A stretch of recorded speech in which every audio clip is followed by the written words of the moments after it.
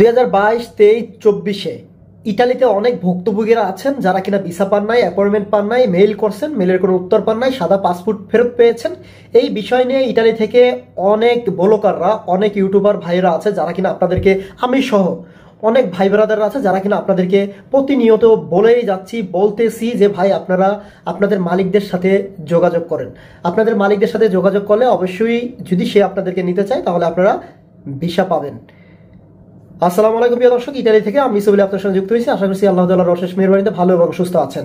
প্রিয় দর্শক শ্রোতা, 2022, 23, 24 এবং 25-এ বর্তমানে যারা আবেদন করছেন তারা তো করছেনই, এবং দীর্ঘদিন যাবত যারা আপনারা ভুক্তভোগীরা আছেন প্রত্যেককেই কিন্তু আমরা সাজেশন কি দিচ্ছি আপনাদেরকে, ইটালি থেকে আপনাদেরকে এটাই বলতেছি যে ভাইয়া দেখেন, আপনারা যারা ইটালিতে আবেদন করছেন দীর্ঘদিন যাবত আপনারা ভুক্তভোগী, এখন পর্যন্ত ভিসা পান নাই, মেইল করতেছেন, মেইলের কোনো রেসপন্স দিচ্ছে না, আপনাদের সাদা পাসপোর্ট রিটার্ন দিয়েছে, আপনাদেরকে অনেকের আছে পাসপোর্টের রিটার্ন দেয় এবং কোনো রকমের কোনো তথ্য আপনাদেরকে দেওয়া হয়নি। তো সেই জায়গা থেকে আপনাদেরকে প্রতি মুহূর্তে আপনাদেরকে বলে আসতেছি যে দেখেন আপনারা আপনাদের মালিকদের সাথে যোগাযোগ করেন, এবং আপনারা যখন আপনারা ভিএফএস গ্লোবালে যান এবং এম্বাসির সাথে যোগাযোগ করতে চান, সরাসরি তো আপনি এম্বাসির সাথে যোগাযোগ করতে পারবেন না। আগে সর্বপ্রথমে আপনাকে কোথায়, বাংলাদেশ ভিএফএস গ্লোবালে আপনাকে যোগাযোগ করতে হবে।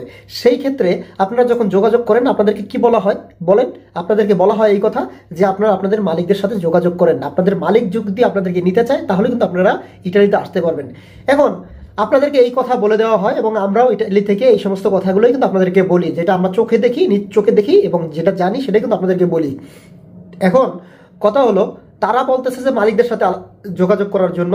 এখন এই মালিকের সাথে যখন আপনি যোগাযোগ করেন, কেননা আপনি যখন ভিএফএস গ্লোবালে যান তখন আপনি আবেদন করেন ভিসার জন্য। আবেদন করার পরে এই ইটালির যে পেরপত্ররা এখান থেকে মালিককে ডাকে যে দীর্ঘদিন হয়ে গেছে এই লোকটা তোর এখন ভিসার জন্য আবেদন করছে, তুই কি এই লোকটাকে নিয়ে আসবি কিনা, যেহেতু তুই ওয়ার্ক পারমিট দিছ, যেহেতু তুই কি বলে এটারে নলস্থা দিছ, তো সেই ক্ষেত্রে এখন কি তুই এই লোকটাকে নিয়ে আসবি কিনা, যেহেতু বছর 2 হয়ে গেছে এখন কি করবি।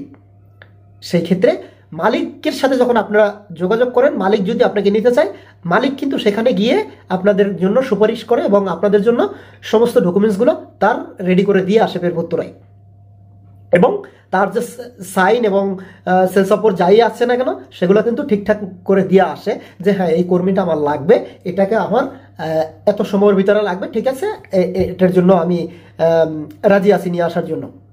এরকমটাই কিন্তু করে বর্তমানে। তবে আমরা জানি বিগত সময় 22, 23, 24-এ যারা আবেদন করছিল তাদের ম্যাক্সিমামই কিন্তু আপনার ফ্যাক নলস্থা। তারপরেও কিন্তু যাদের অরিজিনাল, আরে ভাই ফ্যাক যদি নলস্থা হয় তাহলে তো সেটা জানতে পারবেন আপনি ফ্যাক নলস্থা, রাইট কিনা। এখন যাদের নলস্থা অরিজিনাল, মালিক যাইতেছে, মালিক প্রতিনিয়ত গিয়া সেখানে গিয়া সমস্ত কিছু ঠিকঠাক করে দিয়ে আসতেছে, মালিকের কাছে জিজ্ঞেস করলে বলতেছে, মালিকে বলে যে তোমাদের বাংলাদেশ থেকে ভিসা দেওয়া হচ্ছে না। এখন এই নিয়ে অনেকের ভিতরে মতামত যে ভাই বাংলাদেশ এম্বাসি থেকে, যে ইটালির এম্বাসি তো বাংলাদেশে, সেখান থেকে আমাদেরকে ভিসা দেওয়া হচ্ছে না। ভাই ইটালি থেকে যদি আপনাকে ভিসা দেয়, হ্যাঁ ইটালি থেকে যদি আপনাকে ভিসা দেওয়া হয় তাহলে আপনাকে এম্বাসি থেকে কেন দিবে না। এই দেশের সরকারের রুলস আপনারা জানেন না যে কতটা ভয়ানক। যারা ওখানে কাজ করে তারা কি, তারা আমাদের মতো কিন্তু যাদেরখানে কাজ করি আমরা কিন্তু গোলামি করি। যারাই যেখানে কাজ করে না কেন গোলামি করা হয়, আমরা গোলামি করে যে অর্থ উপার্জন করি সেটা দিয়ে আমাদের পরিবার চলে। তাই ঠিক একরকম তারাও কিন্তু এরকমেরই, কিন্তু সেখানে আপনারা জানেন দুর্নীতিবাজ ঢুকে গেছিল। হ্যাঁ, এখন এই যে দুর্নীতিবাজরা এই কাজগুলা করছে, আচ্ছা ভাই এদের সাথে কি ভিএফএস গ্লোবালের কোনো যোগাযোগ নাই?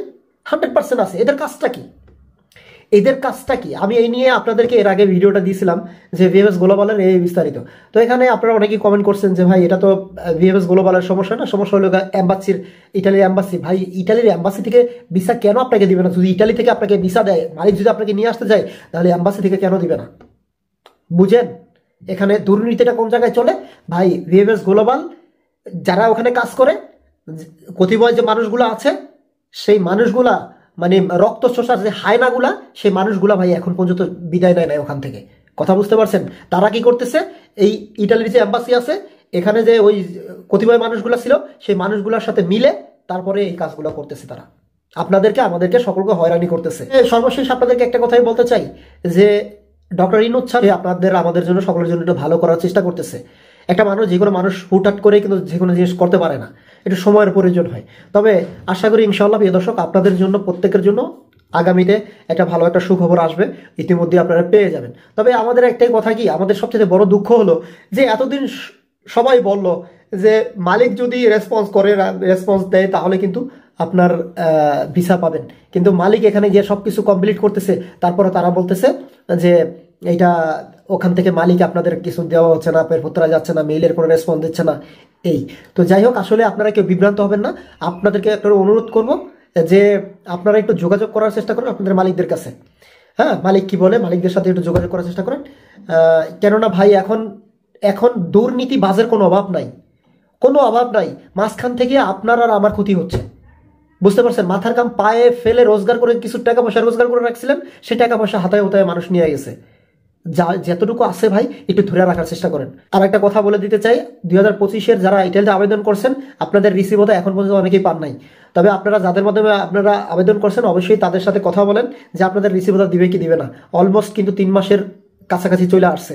সো সেদিকে খেয়াল রাখবেন এবং লক্ষ্য রাখবেন।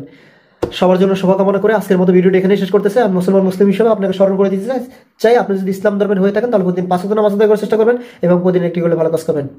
আজকের মতো এখানে বিদায় নিচ্ছি। ভালো থাকবেন, সুস্থ থাকবেন। দেখা হবে পরবর্তী ভিডিওতে নতুন কিছু নিয়ে। আসসালামু আলাইকুম রহমতুল্লাহি তাআলা ওয়া বারাকাতুহু।